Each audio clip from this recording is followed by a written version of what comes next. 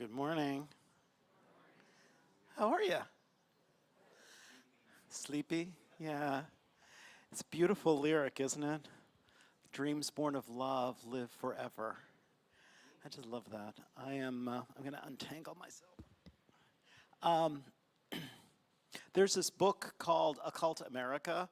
I want to say it was recommended to me by Jesse Jennings. If you don't know Jesse, he is the author and editor of The Essential Ernest Holmes, which is a book that we teach here at Cityside from time to time. And he's brilliant. He's got this capacious mind that just knows all so many different aspects of science of mind, Ernest Holmes, and new thought teaching. It's amazing. He's been my teacher a couple of times, and I just have so much respect for him. And I think he recommended this book, and in it talks about the occult in America, which was very popular in the 19th and early 20th century. And there's this mystical, magical aspect to it that people were really embracing. And he said that it's interesting because he talks about this idea that this mystical, magical occultism could be seen as something that is very, building up of oneself, really a very selfish kind of narcissistic kind of thing. And it can also be like, it's all about me, and it's all about like my hedonism. I get anything I want. And he said what it really was about self-empowerment, about self-transformation. And it was about social progress. And I was thinking about those phrases particularly because I thought those could slide into our mission very easily, because that's what we're about. And it reminded me that in Centers for Spiritual Living, in this teaching, although a lot of these trappings kind of feel a lot like a very familiar Sunday service, kind of familiar, regular old path, we are actually radicals. We are actually heretics. If we were living in a different time with a different social structure, we would be labeled heretics for sure. And one of the reasons I love that is because we center God, this thing called God, this thing called source, whatever your word is, we center it within ourselves. And that in and of itself is a wild and radical idea. And when we step into this teaching, this book this month, 7 Spiritual Laws of Success, and the first law is pure potentiality, this infinite possibility. It just strikes me as like this wild idea of anything is possible. So we're going to dig into this a little bit today. And one of the, hello, Mr. Slide, there we go. One of the quotes I think you may have heard, right? You've probably heard this. I think, therefore I am. Very familiar. It's Descartes. It's something that has been running around for a while. It's actually a truncated quote. What he actually said was, I doubt, therefore I think, therefore I am. And that doubt is that magical place where we start to move out of like knowing, I know what I know, what I know, and we start to open up to what else might be possible, right? Being open and available to seeing things differently. We choose to not just luxuriate in the familiar and the comfortable, but to ignite that adventurous spirit within. We move out of this sense of absolutism. And we see that, right? If you look out into our world today, you can see a lot of the, I know that I'm right, even in the face of facts that suggest otherwise, even in the face of history that tells us otherwise. People will sit in that I know-ness without ever moving. And our spiritual laws, our spiritual technology encourages us to step into that infinite knowing, that anything is possible, to allow what we know to be what we know, and to even allow it to grow and move and morph. There is a quote that I wrote. Doubt allows us the freedom to step away from what we think we know. I forgot I did this slide. Doubt allows us the freedom to step away from what we think we know, our absolutism, and step into a new kind of freedom. We free ourselves from that old way of being. We're going to talk about that. I have as I said, I had Jesse Jennings as a teacher. One of the leader of the School for Spiritual Leadership at Centers for Spiritual Living is Cece Coltrane. And Cece, I had Cece as a teacher, and she's been a friend and a supporter and an advocate for me. And she loves Sufism. She's a big fan of that spiritual path. And she turned me onto this book, Awakening, a Sufi Experience. And there's this quote from that book that says, "Beware of confining yourself to a particular belief and denying all else, for much good would elude you. Indeed, the knowledge of reality would elude you." Because we think we can come into a belief system, into a very confined. This podium is great, but I feel like I want to get around it. But anyway, we get into a very confined belief system of this is what I know.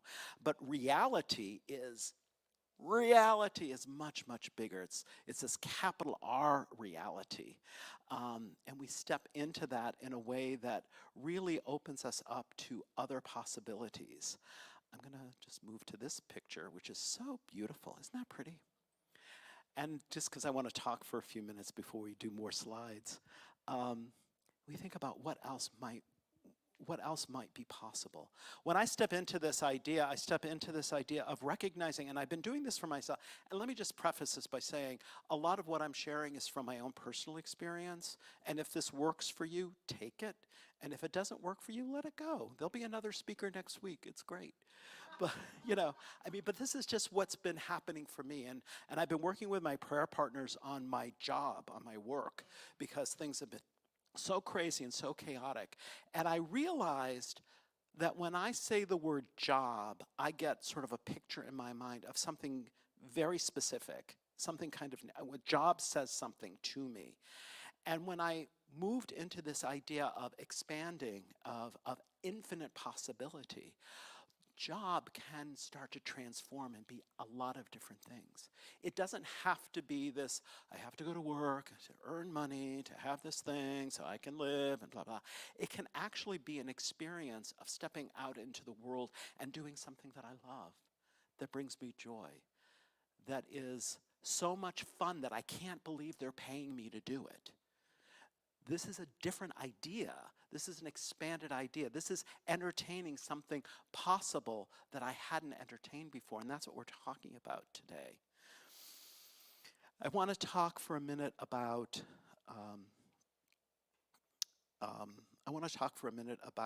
doubt, because that's where I started. I saw this beautiful talk by Tom R., Reverend Tom R., who's at Fourth Presbyterian Church here in Chicago. And if any of you know Fourth Presbyterian, it's a beautiful community, and they have beautiful service. It's very oriented around, they usually do a Bible reading, and from the Bible reading inspires their talk, so it's got that kind of vibe to it. But they're very inclusive, and it's just a really beautiful community. And Reverend Tom gave this wonderful talk about how we can confuse fact with conviction. We talk about conviction. I am convinced. I have conviction. And the example he gives, and I love this example, is about Galileo. Now, I learned about Galileo not from science class, but actually from the Brecht play, Galileo. I learned about it in the theater. So go see live theater. And Galileo learned from his studies and his observations that the earth revolved around the sun. And the powers that be, the church and the powers that be, forced him to recant his findings.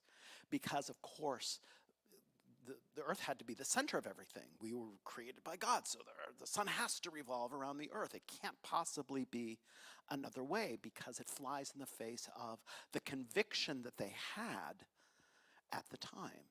Despite the fact they wanted this truth to be true, and it wasn't. And so what we learn from that, my takeaway from that is, when we move into this space of unlimited, infinite potentiality, infinite possibility, we are bringing with us our truth. We're bringing with us our integrity, Ernest Holmes says, "We cannot believe that any law of the universe will ever change its own nature because we desire it to do so. We come into the spiritual realm," which to me is about our spiritual mind treatment, our form of prayer. We come into the spiritual realm, which is perfectly natural and a normal realm. We have to come into it in its own nature. And so when we come into our prayer, when we do our work, when we start to entertain this idea of field of infinite possibility, we're doing it from a place of who I am, what is right for me, what is right and what is unfolding for me, right? So I can say to myself, hey, I'm going to be a professional football player. That's in the field of infinite possibility. But for me, right here, right now, the age I am and the shape I'm in, that would be a very dangerous thing. That would not be for my highest good, right? It really wouldn't be. It could be kind of fun, but I think I'd probably regret it. So the idea of stepping into this field of infinite possibility is to step into it with who we are and how we've got here and all that we are, and allowing our ideas of what might be possible for us right here, right now, to expand. So we're not calling fantasy, right? We're moving into this integrity with spirit to move us forward from where we are. In that moment of prayer, in that moment of prayerful practice, we step into sacred space, right? That's our practice here in our philosophy. We understand that we center our God within ourselves, the spirit, the source, this truth. We step into sacred space. In that space, in sacred space, we use the mental capacities. The science of mind is a mental practice. We use this mental practice to step into this sacred space where fear has never existed, loneliness has never existed, poverty has never existed, illness has never existed. It is a perfect space of unconditional love, truth, peace, wholeness, joy. And in this space, we bring in these things that we're experiencing in our lives and we transform them. We entertain this idea of infinite possibility and we call that in for ourselves. We allow that to come in. And I want to kind of jump to the end of the prayer and then come back. Because at the end of the prayer, we say, and so it is, and our prayers are answered. The answer to the prayer is not the thing. The answer to the prayer is not the, oh, and now I have a life partner, or now I'm completely healed, or now I have the job, or now I have the money. Those are byproducts of the prayer that come. But the answer to the prayer is a process. Answered prayer is a process. It is a process that takes us from the consciousness that I am in right now that created the situation, the circumstances, and the conditions that I'm experiencing. And it moves me into the consciousness that I'm calling in where that is transformed. I cannot create some new situation, circumstance, or condition from the same consciousness that created the thing I'm in the first place. So I must transform my consciousness. So answered prayer is always a process. It's always, I think about this like spontaneous healing. We've heard about some people who have spontaneous healing. I think about Anita Moorjani and her spontaneous healing. But even she went through a process. She had to go through this near-death experience to take her from believing that she was limited in who she could be in this world to understanding and seeing herself as unlimited. And in that process, she was able to hold a different consciousness for herself. And so she turned that illness into spontaneous healing. Her cancer went into complete remission. And there are a lot of stories like that. So it's always, the answered prayer is always a process. And so what we're inviting in when we invite in this unlimited consciousness, this unlimited possibility, this field of pure potentialities, we're inviting in this sense of change in consciousness, shift me, move me. And the more willing we are to shift and move, the more demonstrative that experience will be. And then from there, it's really your choice, right? I can choose whatever I want from this new consciousness. I can choose to call in money if that's what I want, or I can choose to call in whatever I want. But I'm operating now, I'm behaving now, I'm reacting to the world now from a different place than I was before I did the prayer.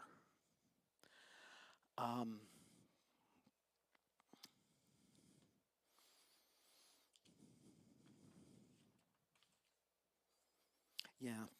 So I want to talk for a minute about the shadow side of doubt. So I started with, I doubt, therefore I think, therefore I am. And that doubt is that beautiful invitation to think about things in a more expanded way, in a different way, to maybe even take those ideas that I've always held, like job or partner or money, and transform it, right? And the shadow side of doubt is the fear. We come into fear. We come into, yeah, and what if? Entertaining the what if is very exciting, but there's also, well, what if the other shoe drops? What if it doesn't work? What if it doesn't come? And what I say to that is that here in our discipline, in our philosophy, it is a spiritual technology. We are employing our mental faculties as we move through this. And so I say, let's just keep ourselves pointed on the light. Keep pointed towards the light. Keep pointed towards love. Keep pointed towards joy. I know those other things kind of hover around in the background somewhere, and I can acknowledge that, but I don't want to live there. I don't want to take up residency there. I want to move through it into this experience of love and joy. And I point us to the quote I pulled out of Science of Mind. This is actually a prayer that Ernest Holmes wrote in Science of Mind. It's a beautiful prayer, and there's a lot of them in the book if you want to find them. And greater than fear is love. So we keep ourselves focused and pointed towards that love. We keep ourselves pointed towards that river of life through which all these blessings flow, to understand that we recognize fear comes up. And when fear comes up, we kind of recenter ourselves in the love. And when we can't do that, we reach out for prayer. We get prayer from one of our practitioners. We email prayer@cityside.me and get someone to hold prayer for us. And that helps. It really does create a shift. It creates a shift in energy. Just taking that active step changes things. I love this quote. You are not the darkness you endured. You are the light that refused to surrender. To remember that we're not our fear, we're not our lack, we're not the situation, circumstances, and conditions that may feel so visceral and so real. We step into that sacred space. We entertain the field of pure potentiality, of pure possibility, and we remember that we've always been the light. We've never not been that.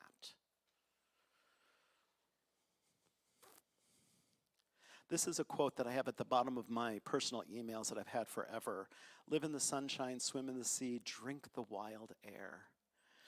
By Emerson. And I love this quote because to me, this idea of God that is always pouring love, is always pouring good, is always ready to bring this good into manifestation, is a wild God. This is a wild idea, and we are wild heretics to believe it. And this is a wild God that we believe in and invest in. And that means if we are one with God, we are one with that wildness. And the invitation is to embrace that, to let that be, to step out of what was and what that narrow perception of what life could be, and start to question and ask, what else might be possible?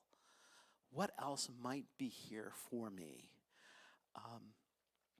How else might I experience this?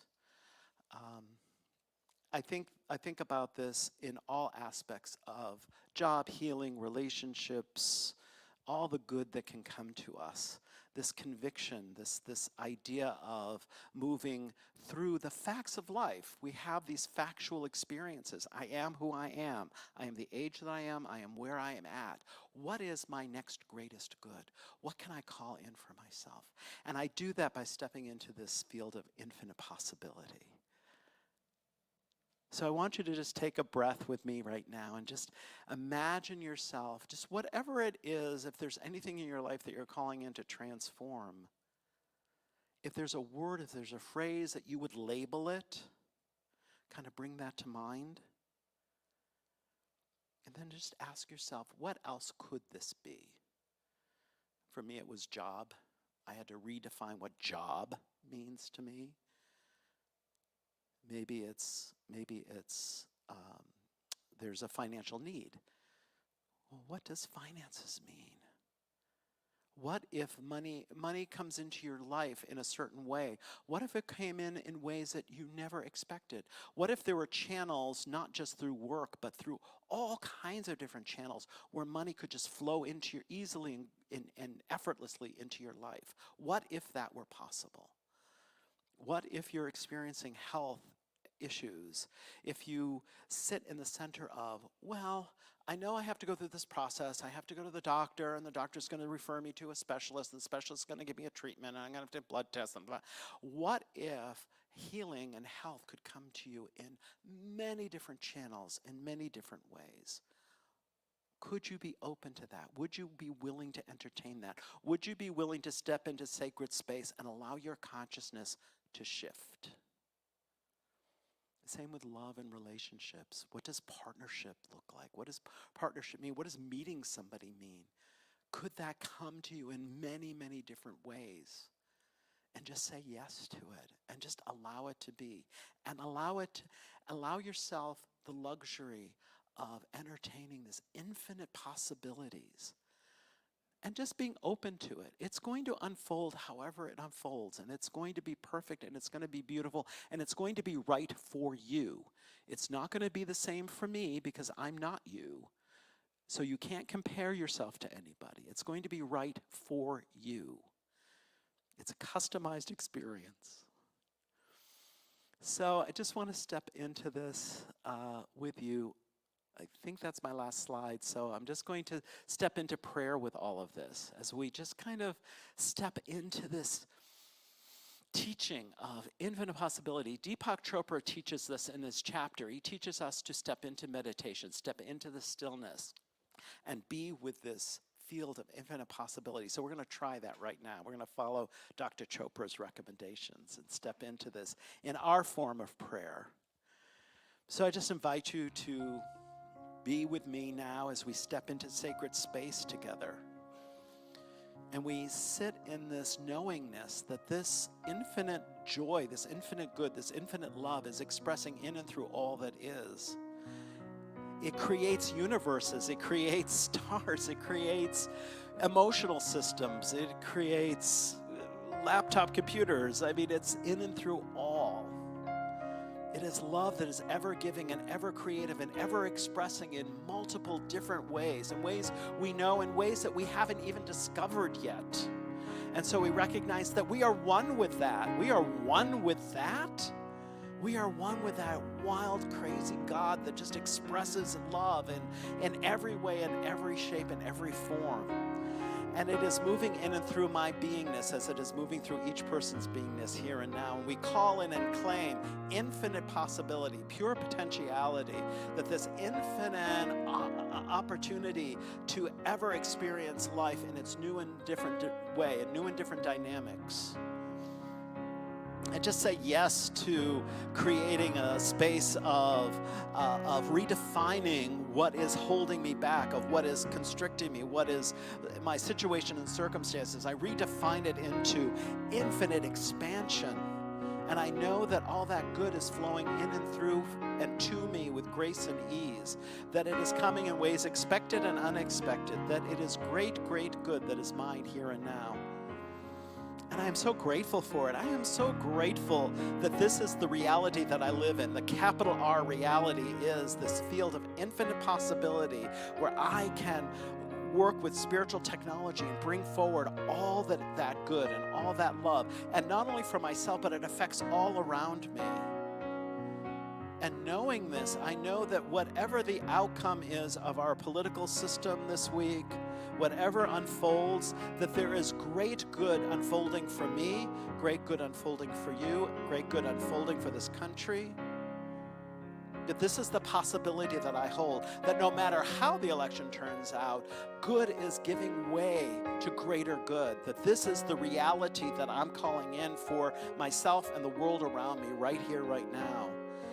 I luxuriate in that. I release any fear and constriction around it. I know that this good is possible. I know that, as Ernest Holmes tells us, that love gives way to love, that love is greater than fear, and the fear dissipates. It is a cloud, it is a vapor, it is a nothingness. And love sustains us. Love lifts us up. We keep ourselves pointed towards the light, pointed towards the love, pointed towards the joy. And that is our truth. That is our outpicturing. That is our reality. And I'm so grateful for it. Allow it to be so. I know that it is done right here, right now.